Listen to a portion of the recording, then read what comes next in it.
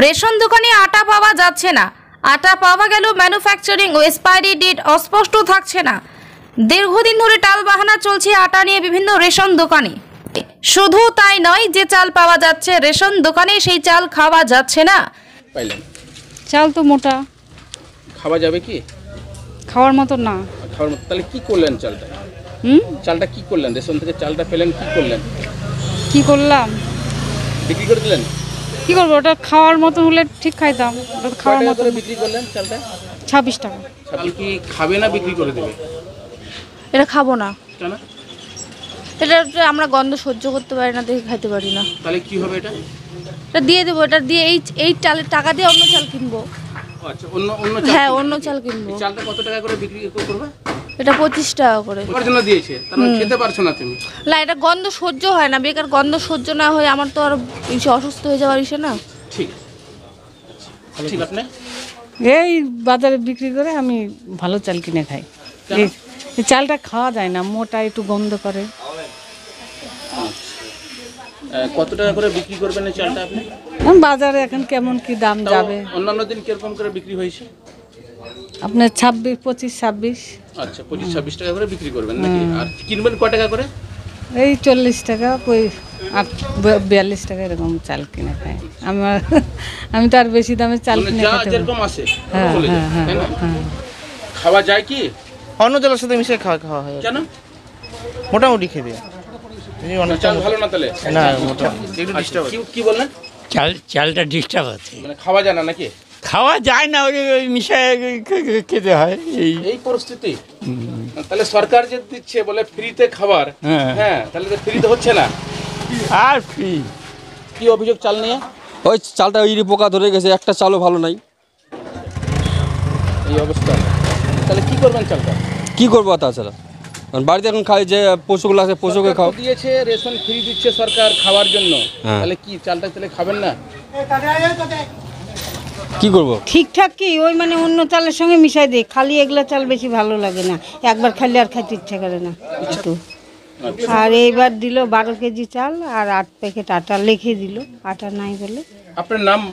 মায়েরানী দাস, বাড়ি শেঠ কলোনি। তাহলে চাল পেয়ে তাহলে সন্তুষ্ট না, তাহলে খুশি না? তাহলে হ্যাঁ, চালটা কিন্তু একবার ভাত খেলে আর খাওয়া যায় না। রেশন থেকে একদিকে চাল তুলে অপরদিকে সেই চাল বিক্রি করে দিচ্ছে গ্রাহকেরা, কারণ রেশনের চাল দেওয়া হয় সেই চাল খাবার অযোগ্য। এ নিয়ে ক্ষোভ প্রকাশ করলেন বিজেপি নেতা গৌরাঙ্গ দাস। বলেন, কেন্দ্র সরকার এর জন্য সঠিকভাবে টাকা পাঠাচ্ছে, কিন্তু রাজ্য সরকারের প্রশাসনের গাফিলতির জন্য রেশন দোকানগুলো আটা ও গুণগত মানের চাল থেকে গ্রাহকরা বঞ্চিত হচ্ছে।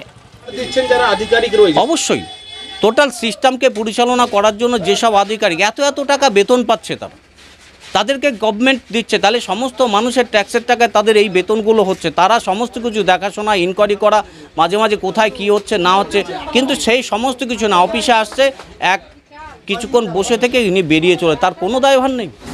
যে দেখবে না এই বিষয়গুলো, কোথায় ডিস্ট্রিবিউটারে মাল পড়ছে, সেই মালটা কোথায় যাচ্ছে, সেই অনুযায়ী চালের একদম সত্যি চালের যে চাল এখানে দেওয়া হচ্ছে সেই চাল সত্যিকারের খুব বাজে চাল, এবং সেটা ঠিক মতন খেতে পারছে না।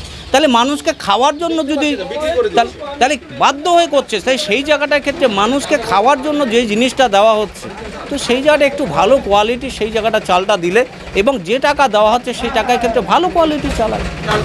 রেশনের টাকাটা কে দিচ্ছে? কেন্দ্র সরকার, সেন্ট্রাল গভর্নমেন্ট থেকে সমস্ত কিছু তথ্য এবং সারা দেখে নিক। সেন্ট্রাল গভর্নমেন্ট এই রেশন ডিলারের এবং রেশনের ব্যবস্থা, সেই জায়গাটা সমস্ত কিছু সেন্ট্রাল গভর্নমেন্ট থেকে আসছে।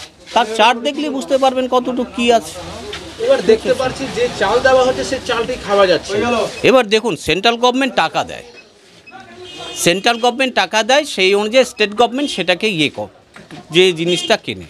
তাহলে যে পরিমাণ চালের যে রেট দেওয়া হচ্ছে, আটার যে রেট দেওয়া হচ্ছে, সেই জায়গাটা যদি স্টেট গভর্নমেন্ট তার থেকে, বা যারা এখানকার সিস্টেম রয়েছে সেই সিস্টেম যদি সেই টাকা দিয়ে সেখান থেকে যদি তার মধ্যে থেকে 9-6 করে একদম নিম্নমানের মাল যদি মানুষকে খাওয়ায়, তো স্বাভাবিক সেই বিষয়টা তো অবশ্যই অন্যায় হচ্ছে, সেটা নিয়ে অবশ্যই কড়া পদক্ষেপ। আচ্ছা, মানে আপনাদের তো কোনো এখানে না, আমার খোলার কোনো প্রশ্ন নেই আমাদের। আচ্ছা, আর অনেক সময় দেখা যাচ্ছে কি ম্যানুফ্যাকচারিং ডেটগুলো ঠিকঠাক বোঝা যাচ্ছে না। ওটা মনে করেন হয়তো আগেলা থাকতে পারে, কিন্তু আমাদের কাছে আসার সময় সাপ্লাই হয়ে যাচ্ছে, কারণ আটা এমনি মনে করে মাসে 2-3 বার দিচ্ছে আমাদেরকে মাল, একবার তো দিচ্ছে না, 2-3 বার আমার মাল দিচ্ছে, আসতেছে আমরা সঙ্গে সঙ্গে মাল শেষ হয়ে যাচ্ছে। চালের কোয়ালিটি তো ভালো হচ্ছে না, খাওয়া যাচ্ছে না, না দেখতে ভালো কিন্তু খেতে ভালো সেটা আমি বলতে পারবো না, কারণ চালের এখন মানে এখন চাল ভালো, মানে পরিষ্কার চাল দিচ্ছে, একদম একদম ফেস বাই ফেস চাল কিন্তু দিচ্ছে, খেতে ভালো লাগছে না। সেটা এখন কাস্টমার খাচ্ছে রে বড়াই বলতে হবে, আমরা বলতে হবে আমরা খাচ্ছি না। আপনার নাম? আমার নাম আশিস সাহা। কোন দোকান, দোকান নাম্বার কত রয়েছে? 200 নম্বর।